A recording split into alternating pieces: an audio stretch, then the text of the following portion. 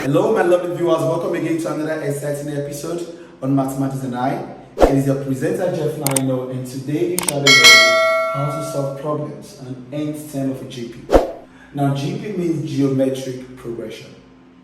Now for you to be able to solve problems on this topic, you need to understand the formula.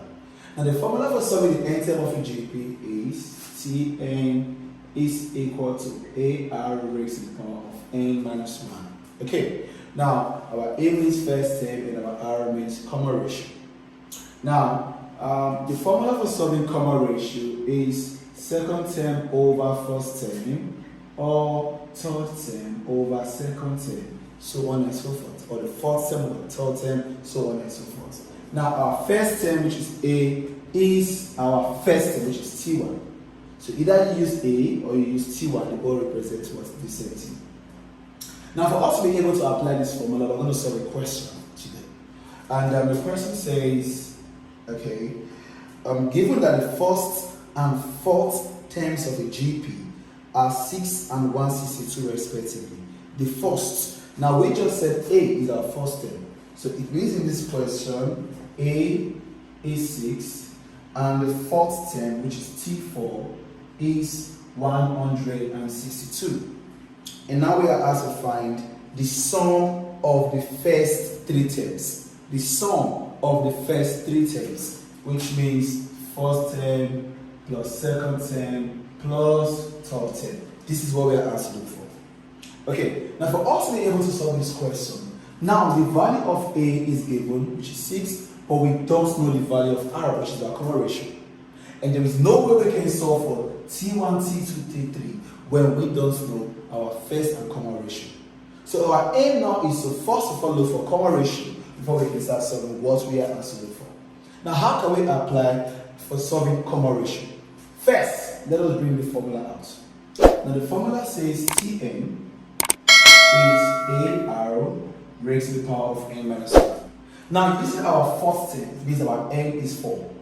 So here becomes T4 is equal to A. Now A is 6, arrow, because we don't know the value for arrow. Now we have n is 4 minus 1.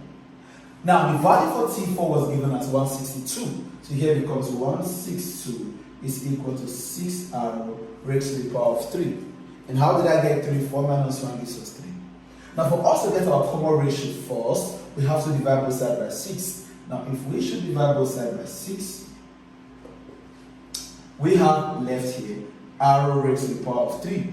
And now 162 divided by 6 will give us 6 into 16 will give us 2 remainder 4, and so it becomes 42, and 6 into 42 is 7. So 162 divided by 6 gives us 27. Now for us to get the value of arrow, which is our common ratio, I will take the cube root of 27, because if power 3 crosses the equality sign, it becomes cube root.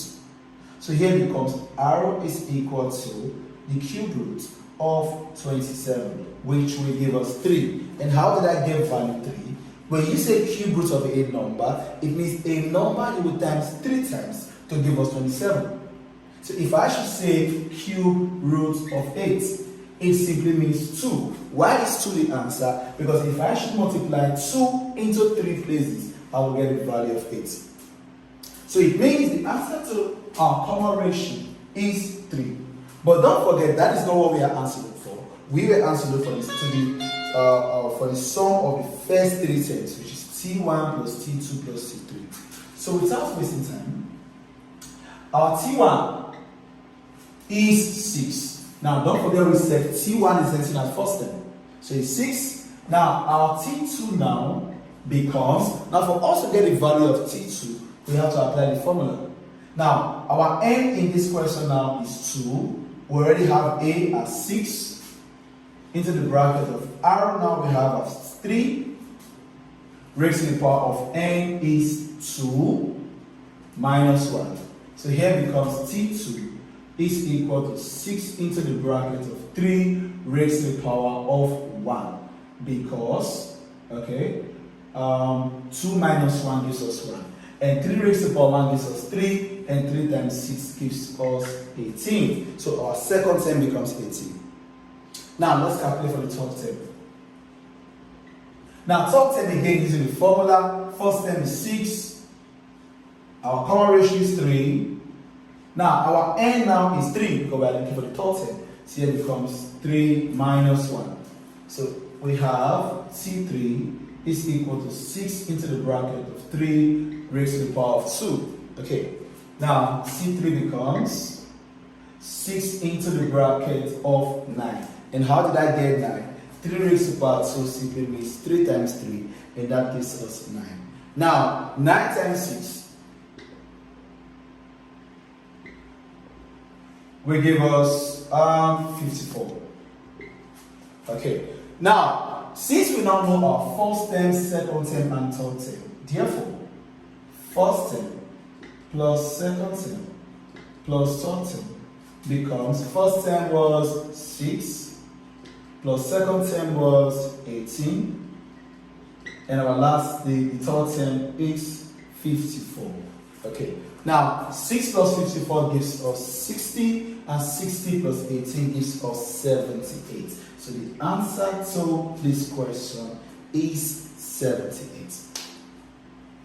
Okay, so this is the answer to this question if we should apply this method.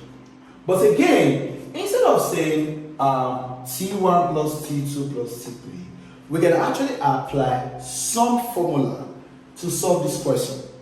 Now, if I want to apply some formula, this is exactly what we are going to get. Now, let's do this again.